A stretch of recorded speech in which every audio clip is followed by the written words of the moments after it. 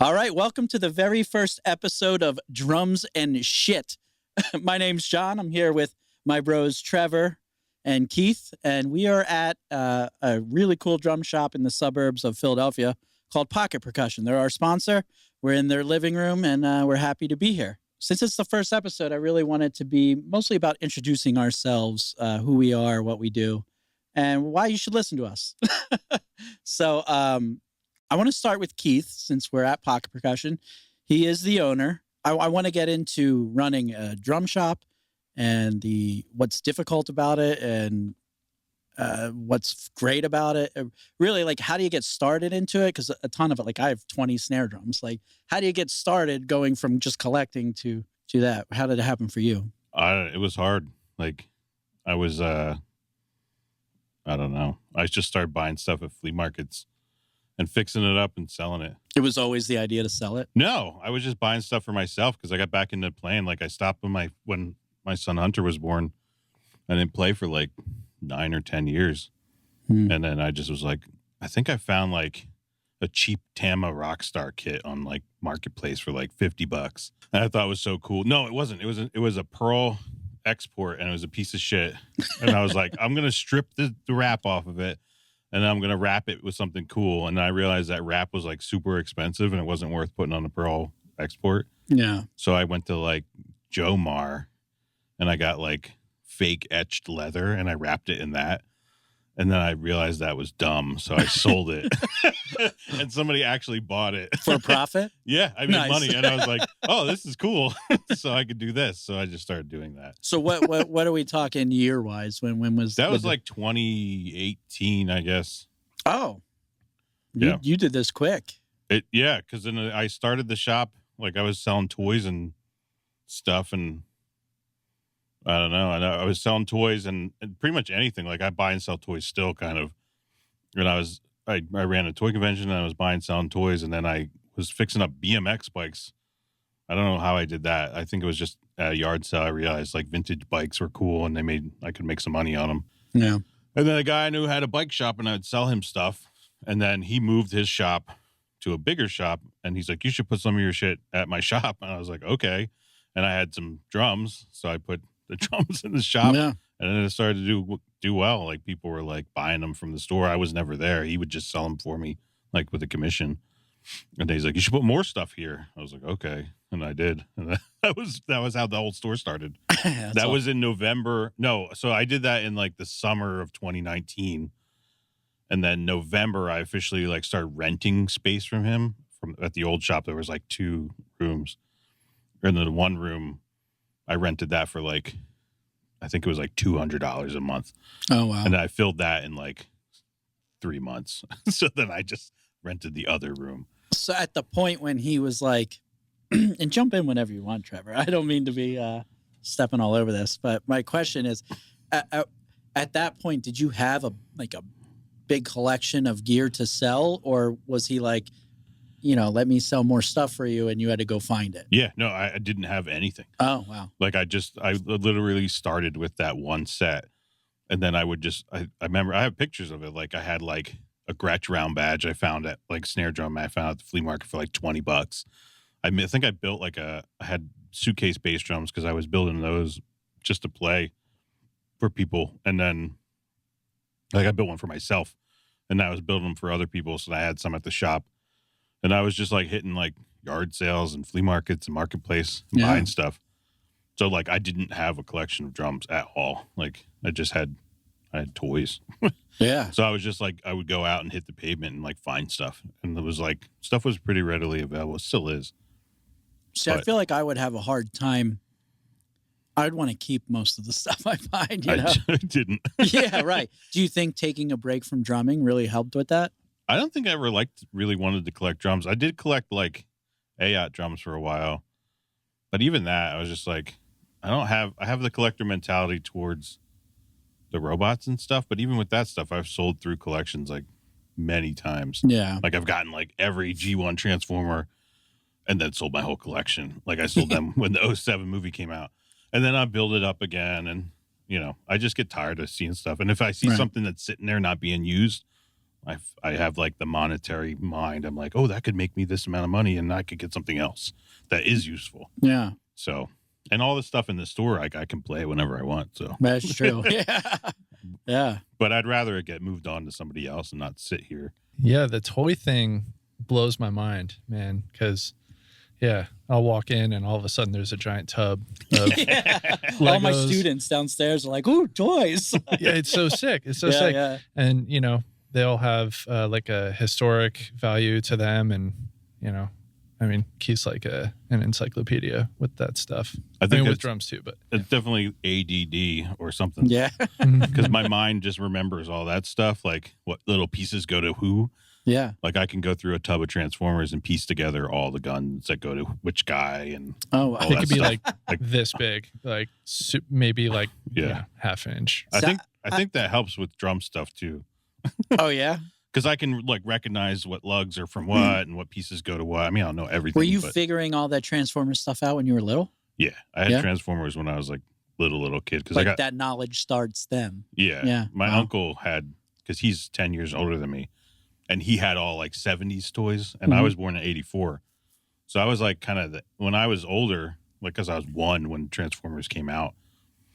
So by the time the show was over in like 89, I wasn't even that old. So I was getting his stuff when I was like, 7 or 8, because he had all that stuff. I didn't realize that show was so short. Yeah, well, not 80. I guess 80. I think 89 is when, or 90 was when the first G1, the first series ended. And then then after that, it was G2, but I don't think there was a cartoon. And then there's Beast Wars, which was like 90s. I remember that. Yeah, Beast Wars is good. Yeah. No, I don't want to get into like Transformers. So like taking it back to the early days of the drum shop, give me your first couple like big scores, big like cheap finds, something rare or whatever. It was probably that round badge was a really good one. I didn't even know what the hell it was, but it was like just a case at the flea market. And I opened it. It was Gretsch. I was like, oh, Gretsch is good.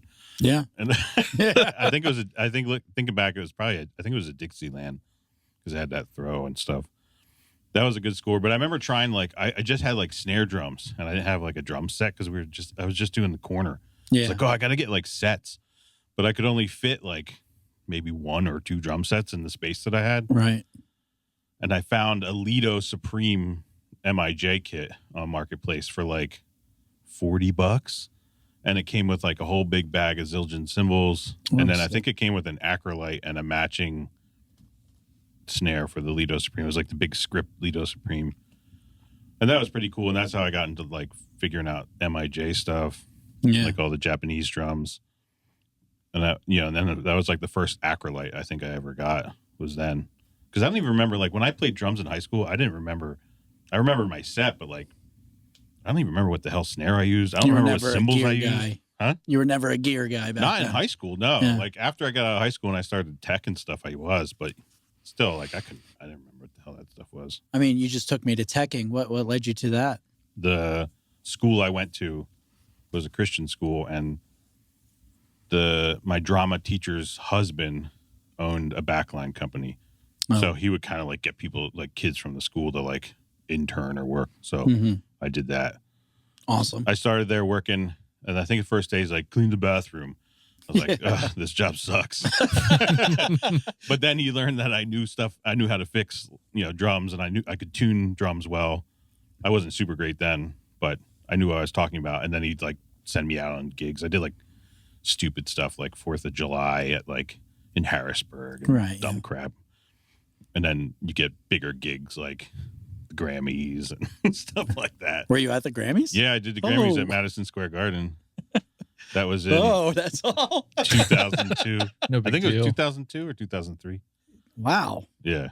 What was the big, like, do you remember record of the year or anything like that? I don't remember any of that. Did you see anybody? Yeah, well, that was like I met Dave Grohl there. Oh. And I think he was playing with either Foo Fighters or maybe it was Queens of the Stone Age then. I feel like it was Queens of the Stone Age.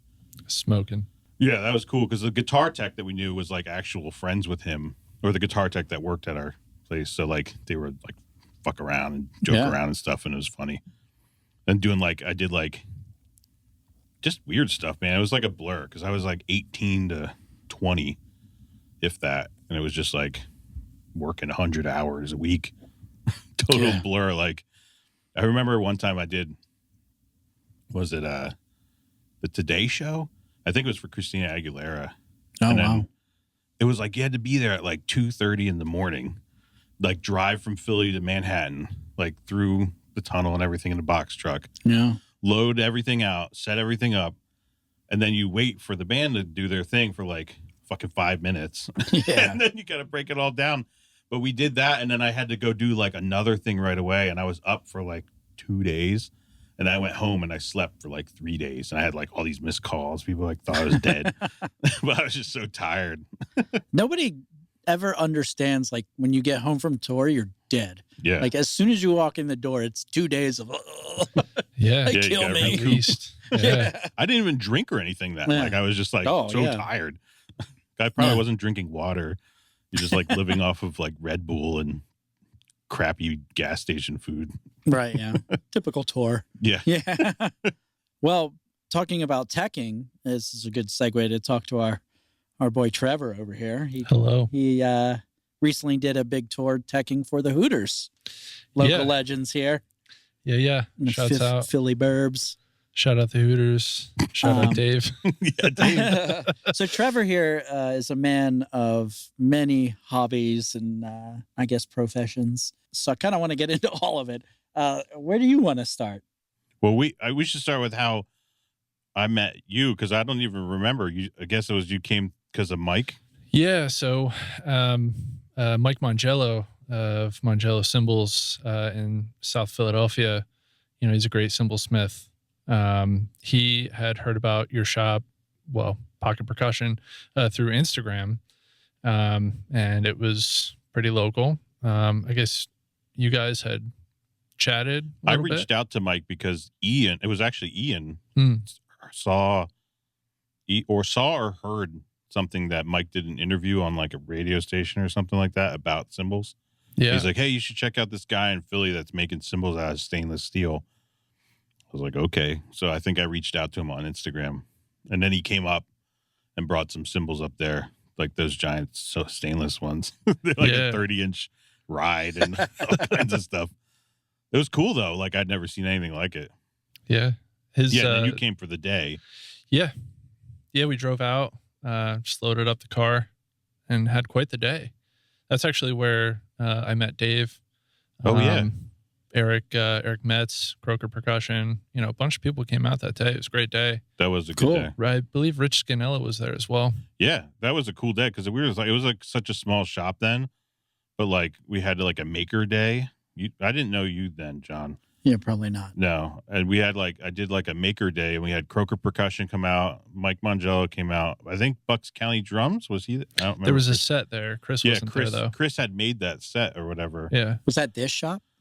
No, that was the other shop. Oh, okay. And it was so small, and like Dave came out because I met Dave when I worked at Guitar Center for like 2 months, and then Rich Scanella came out. I think I'm saying his name wrong, and then there was a bunch of other people there, and that was cool. And then you just like wanted extra work, or Mike's like Trevor couldn't help out or something like that. Yeah, I think at the time I was in between a couple other gigs, Were you making cymbals at that time? I was not making cymbals. Oh, okay. I had swung a hammer a couple times at Mike's shop, but I was bugging him, just watching him, Yeah. absorbing as much information as possible. Good. And just kept hitting Keith up. Hey, I want to come out to the shop. Yeah. I saw what it was, and saw the potential, and I'd see the vision, So Yeah. such a wonderful thing that he's grown, Heck yeah. So I just wanted to be a part of it. yeah, same, And same, dude. This shop is in my hometown, and when it was like finally, I remember you came in like soon after we opened here. Yeah, in the snowstorm, I came. Yeah, I was like, who fucks this guy? Yeah. He's so attractive. Yeah, that's exactly what I thought. So, how did you get into making cymbals? Bugging Mike Mangello. I was actually walking at the time. I lived in South Philadelphia. It was a hot summer day. I just happened to be out walking, and a good friend of mine, great drummer, Connor Salzer, had passed by me and had mentioned that Mike was making cymbals about a block away from my house. I hadn't heard about it. I didn't see anything on social media or anything, and just got amped. I was like, what? There's this guy making cymbals in Philadelphia. Yeah. I live here. What? Yeah. Hit him up on Instagram to, stop by the shop or the garage, I should say. And yeah, here we are. I'm making cymbals. Did you instantly want to make them, or did you just want to check it out? Oh yeah, I absolutely wanted to make them. Yeah. But I wanted to see what the whole thing was about. Yeah. And observing him working was it. I'd seen the Bosphorus videos, some of the other independent or Turkish cymbal videos online and stuff, how it's made, and yeah. So let's get into a little bit of a cymbal talk here. Oh boy, don't ask me. Yeah. Well, you went to Brazil, I'm not an expert, right? Yeah. Recently to go study under your mentor's mentor. Yes, indeed. This is a huge deal. The great Francisco Domene. Yeah. Domene Cymbals, Brazil. Shout out to the Avare fam. So explain, what were you doing there? Why'd you have to go all the way to Brazil to get better at cymbal making? Well, Chico has a proper factory there. Well, and for one thing, Chico is, in my opinion, he's the greatest to do it. Oh, wow. Yeah, and he's the sweetest guy. Just wants to share knowledge and, stuff. And I guess perhaps he has seen some potential in me and, being one of Mike Mangello's, I guess, apprentices or something, So, yeah, really Mike hit me up one day, said, hey, here's the airfare. Can you swing it? And I didn't think twice. Hell yeah. That's a good opportunity, too. You don't want to miss stuff like that. You have to go. Yeah, you got to go. So, learning there, what's a typical day like? Did you have a lot of time to go do Brazil? Or were you working? I was working. Yeah. I was working in the factory, That's got what you up want. early. Yeah. Would go down to the cafe, meet up with Mangello, and, we would have breakfast, coffee, a lot of delicious fruit, all sorts of stuff. Yeah. And then would head to the factory and meet up with the people there. Everyone's so filled with joy, working there. And was the food better there than here? Or is it just different? Yeah. Just different. It's different, but better. A lot of things were better, Yeah. So when I was in the military, a lot of times I'd get sick when I came home because I would get used to food elsewhere. Probably better for you. Right. It's better for you to come home, start eating this stuff again, and I'd get sick every time. Yeah. Every time.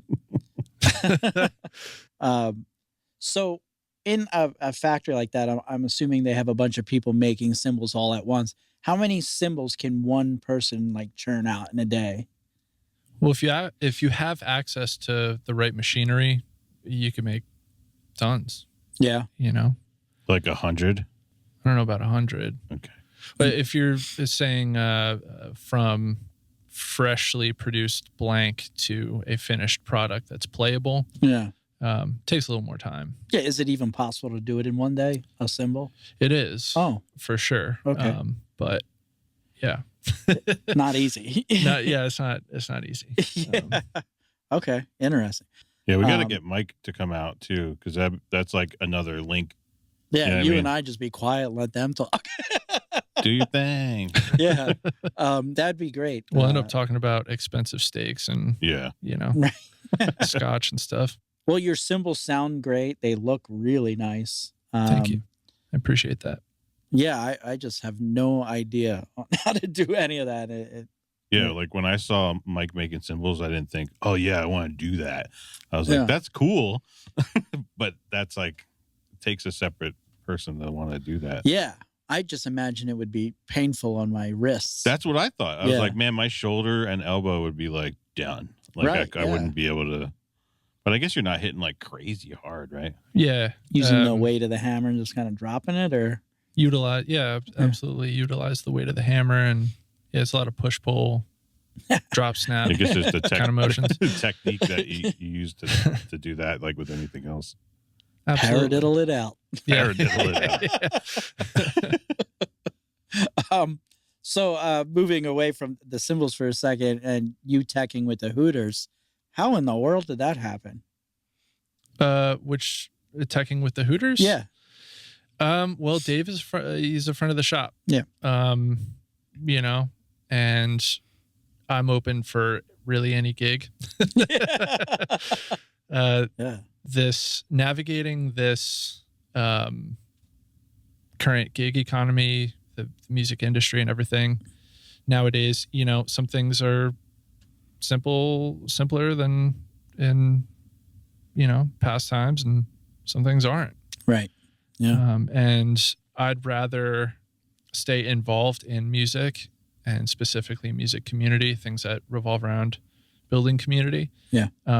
Than getting a 9-to-5 office job. Oh, heck yeah. Yeah, right. I'm going to switch back to 9 to 5. I haven't had a 9-to-5 ever. I don't think I have either. Yeah, just No, I I mean the did. military was crazy, but that Yeah. other than those 6 years, it was Making rat cages, that Yeah. conversation we had the other day, that was my 9 to 5. I used to TIG weld rat cages. That was Yeah. my job. well, we're pretty lucky, I guess. Stupid ass job. It was like laboratory rats. Yeah. Dumb. So on the tour, how long was that longer tour you went on? The tour with Rick Springfield and Tommy Two-Tone, Yeah, Paul yeah. Young. That tour was 2 months. Oh wow, that's a long one. Yeah. Wow. So were you in buses? Yeah, we were in buses. Sleeping on the bus? Yep. Okay. Was it everything you hoped for? Yeah. It was tough though. I told you, because I told him like it's not the same as going on tour as a musician. Right. And the one thing you said, like first 2 shows or something, is like I want to be up there playing. It's really hard to be like a drum tech and a drummer, and like you watch somebody play every night and you don't get to. Yeah. It's tough. It's almost like, I don't know. It's weird. I haven't considered that. Yeah, it's a total like, and you didn't think of that. Like I was like, it's tough. There's things about it that are like totally different, and there's a lot of techs that aren't like drum Players. techs aren't even drummers. They're not, Right. Yeah, Every tech I've ever worked with was not a crazy player. yeah. They're just like regular whatever. I mean, they're drummers. They're just not pro. There's know? a bunch of guys though that like don't even play. I forget who it was. There was somebody famous, some famous drummer, but his tech for years, he's just not even a drummer. Wow. Just a guy. Guess you could just learn how to set them up and tune them. You know, Yeah, you're good. I mean that's all you gotta do. Like, but yeah, it's really tough to not play if you're a player. Would you say that was the hardest part of it for you? Yeah, that was a very hard part of it. But, you know, to deal with that, finding or observing the joy that pours out of Dave every time he plays, no Mhm. matter They're the such a venue good or- band. Yeah, So those guys, good. they slay. Oh, you yeah. know, it's a great show, great live show. Dave has great energy. He rips. Yeah. To this day, Sure. Dude, he rips. He hits the snare drum very hard.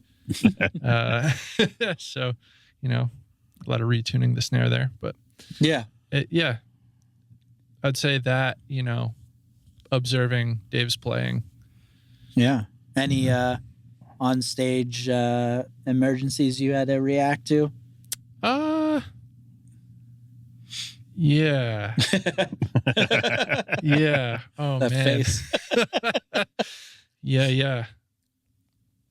Oh boy. There was an issue one night. They're opening the show. They were kicking the show off, and on Dave's SPD SX, Mhm. he triggers this little sample, and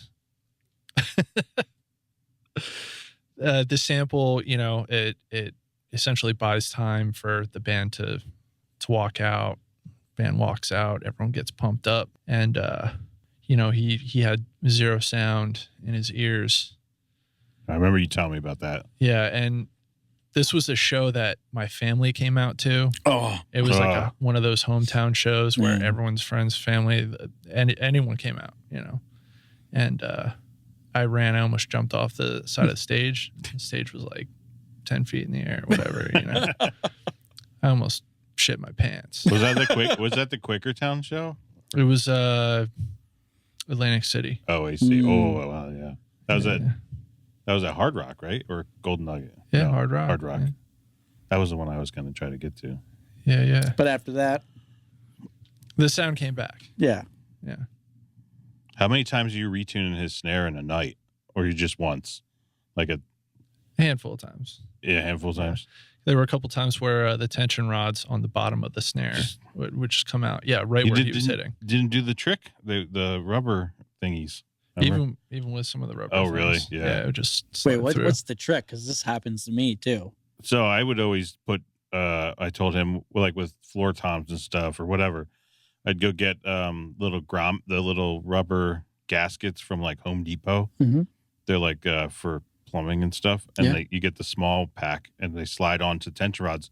So you thread the tension rod in, but before you thread it in, you put like a little rubber gasket. So if the tension rod comes loose, it falls, but the rubber gasket will catch so that the tension rod doesn't actually fall and on the ground. Oh, that's smart. Yeah. So it was a catch. Interesting. It's a good trick. Yep. A little nugget of wisdom. I always think a lot of people know that because I think there's a company that makes those, or like DW put them on drums or something. I don't know. Yeah, probably. Probably. So 2-month tour.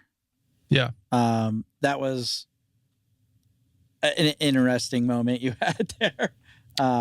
But yeah, was that earlier off in the tour since it was a home show, or did they do that? Yeah, it was on the East Coast leg. Right.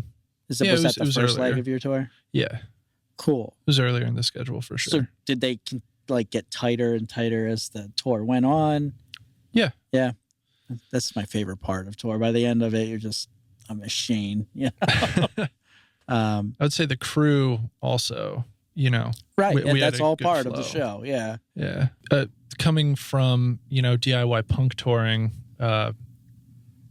touring with that sort of infrastructure was quite cool. Yeah. Because you went on like those tours with Floor Space.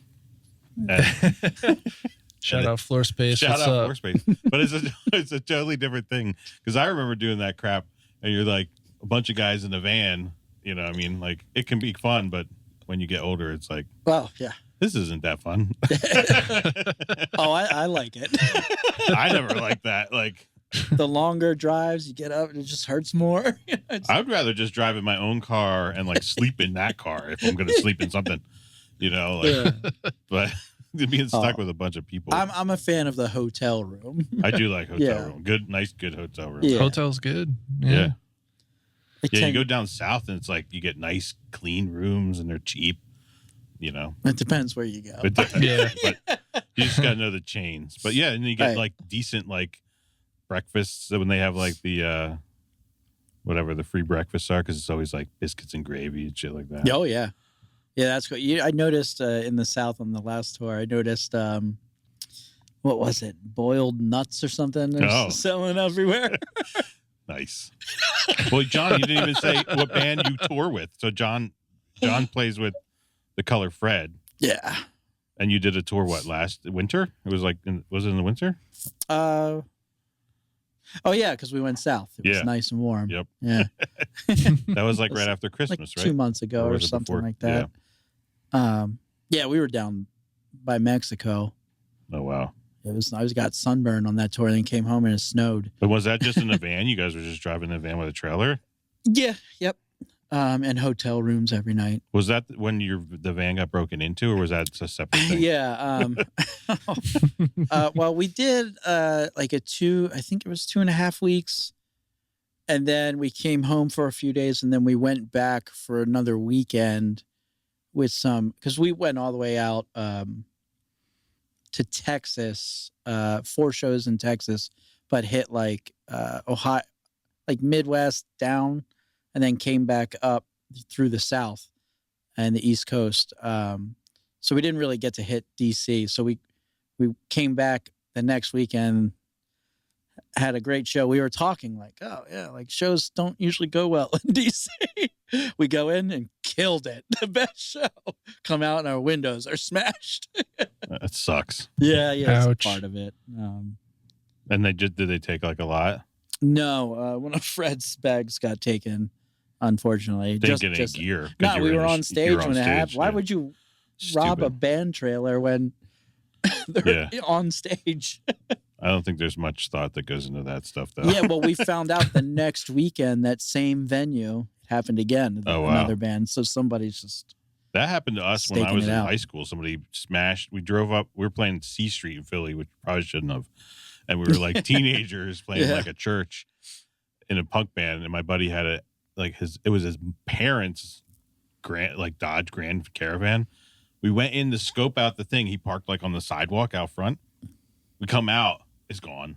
And we're like, where's the van? And Oh, it had my gosh. all our gear in it. Oh, my gosh. Then Ouch. the police found the van and they impounded it, but it was like all the windows were smashed and there was nothing in it anymore. They impounded the van. Then his parents went to go get the van and the van got stolen from the police impound.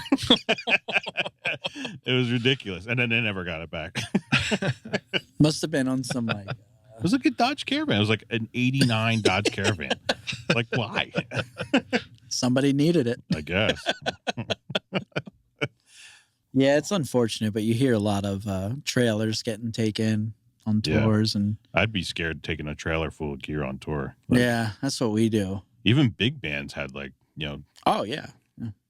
what was that all those guitars stolen from I don't remember who. It was a bunch of like Gibsons and stuff that were in a trailer. Mm. But Well, I mean, even all the Led Zeppelin gear got stolen, you know, Oh, yeah. like yeah, no one's immune. But we don't tend steal people's shit.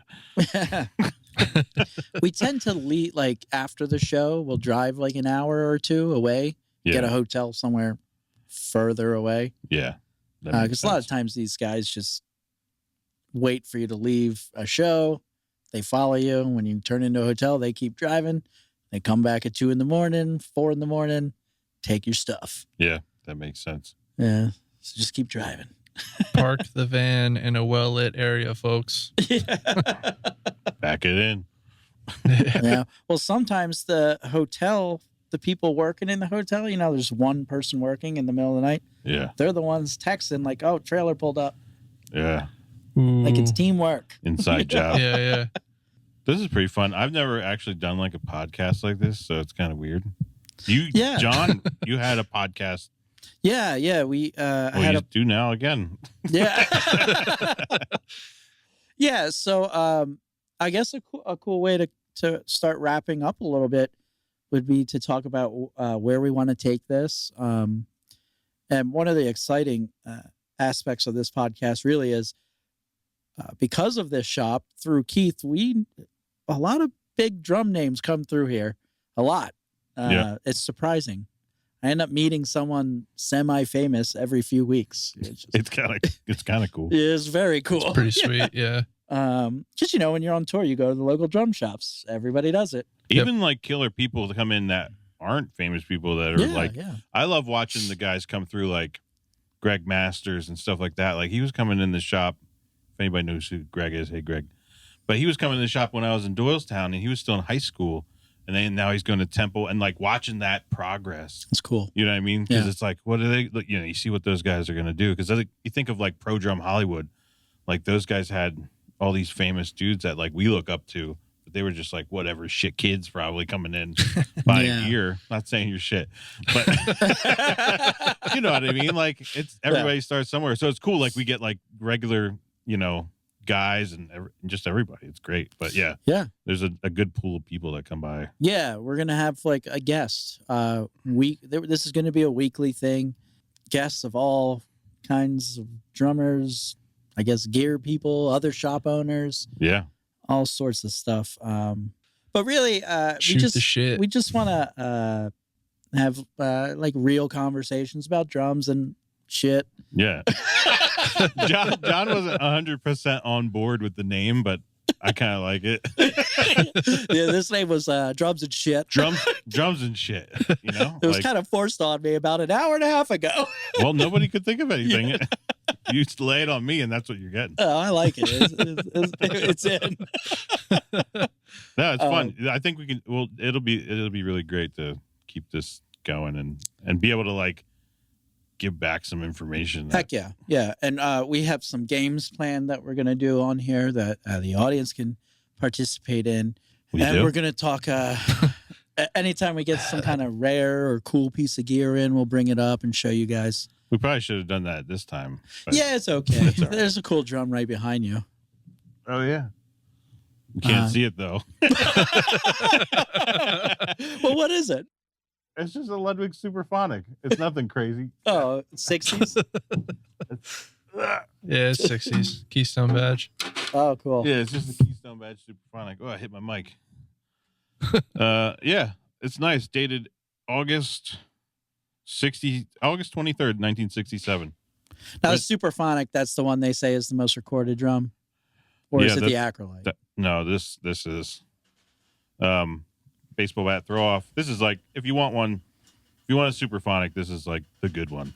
The 60s? You know. Well, yeah, just the aesthetic Keystone badge, like the baseball bat throw off, everybody loves. Yeah. And this has all original heads and everything. So it's kind of cool. I mean, I see Superphonics all the time, but they are cool. They sound great. They're certainly not rare. No, but in good condition. Like this one's pretty good. There's not really any pitting. I bring my 60s on tour. Like that's my touring drum. I love it. That's what everybody does. Like, yeah. That's what drums are meant to be played. Yeah. Play them. Yeah. Absolutely play them. I mean, I don't think I'd bring the Black Beauty out, but just because if that got stolen, I'd be destroyed. Yeah.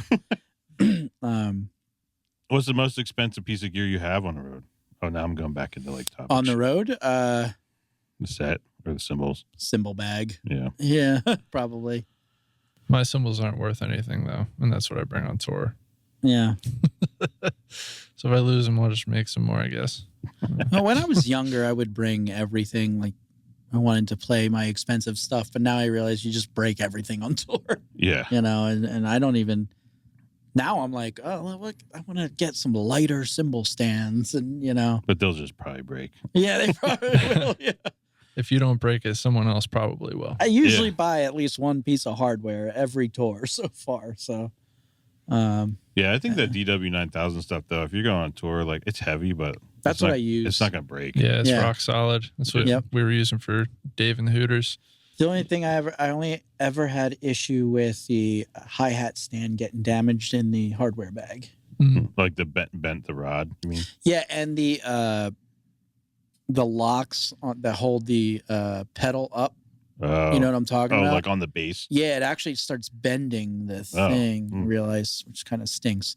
I think I was telling you the other day, I think the best hi-hat stand to tour with is the Iron Cobra. Yeah. Because of how easily it breaks down, and it's just like folds nice right up. Right, and it's like flat, and those are the Tama stuff's really great too. It's designed to take that rod, put it through the tube, and lock it in, so then the rod's protected. Yep, it's really cool. Yeah, that's one of the reasons that we became a Tama dealer, is just because the hardware's killer. I don't play anything Tama, but I used to. I have that hi-hat stand, but it's the best hi-hat stand I ever had. Well, Trevor just got a new Speed Cobra. Yeah. Oh, yeah. Went from the Iron Cobra to the Wait, Speed did you get Cobra. the one that was here? The extended footboard? Yeah. Cool. Is it because of that conversation the other day? Which cover? When you were playing it and you're like, oh yeah, I love this. Oh yeah, footboard. I was playing it at the shop here, and yeah, there are some unique things that you could do with your feet. And then, of course, you know, shout out to Miles. I was in the studio with Miles of Honey and Gladdy, great bands, Philadelphia bands. Doing a Mangello Cymbals showcase, also showcasing Miles' playing, and you know, he was playing those pedals and just got me very inspired. I need to get back. A lot of people use them. Double bass, yeah, they're great. They're very popular. Yeah, rock solid. You know, the Tama stuff. That was my first drum set. Was a Stage Star. As a rock star, yeah, they're so great. Drums have. Before that, I had a Jet percussion. It was so bad. Ugh. Ooh. I mean, a rock star's not much better than what I I liked. think a rock star is much better. Yeah, than it's a much jet. better. I mean, I still play my stage stars out on like jazz and contemporary gigs. You That's know, cool. Those old Yeah. rock stars, like they were freaking rock solid. Like you couldn't, Oh yeah, you could like throw Yeah. them down the stairs and it'd be fine. yeah, Yeah. and they had that like bulky black hardware on the toms. Oh yeah. Starcast or something. Or, Oh yeah, those ones. I'm thinking like the ones that I got Way had like before the that. long lugs. oh yeah, yeah. Like the like late 80s. Those were like the uglier ones, Yeah, right? they were so ugly. yeah. And they're like they just look horrible, but they're solid as a rock. yeah, Yeah. they're the early 2000s Toyota Tundra of the drum Yeah. drum world. We should do Um, that. Just like fucking throw it off a roof and see what happens, and then you just set it back up again. 70 stories or something. Yeah. 70 stories. It's like We we'll threw fly this to, Tama Rockstar off a 70-story building, and it still sounds awesome. Oh boy. Yeah, so we tried to wrap this up, but we just started talking about gear. Yeah, you can edit all this out. No, it's good. It's good. We'll keep it. It's nice and natural. Well, I don't even know how long we went. I guess like Less than an hour. what I was seeing is like most podcasts are like an hour 45. I think most are actually like 3 hours. 3 hours? Yeah, we're not doing that. Dude, fucking 3 that's a hours. little much. I know. I need to order some pizza to do something like that. Yeah. Just have a good solid 20 minutes and the three of us just I don't- into the Get a six I can't imagine people would want to listen to me for 3 hours. But yeah, I mean, I guess we get guests and stuff like that. I'd feel bad having somebody sit here for that long. The end.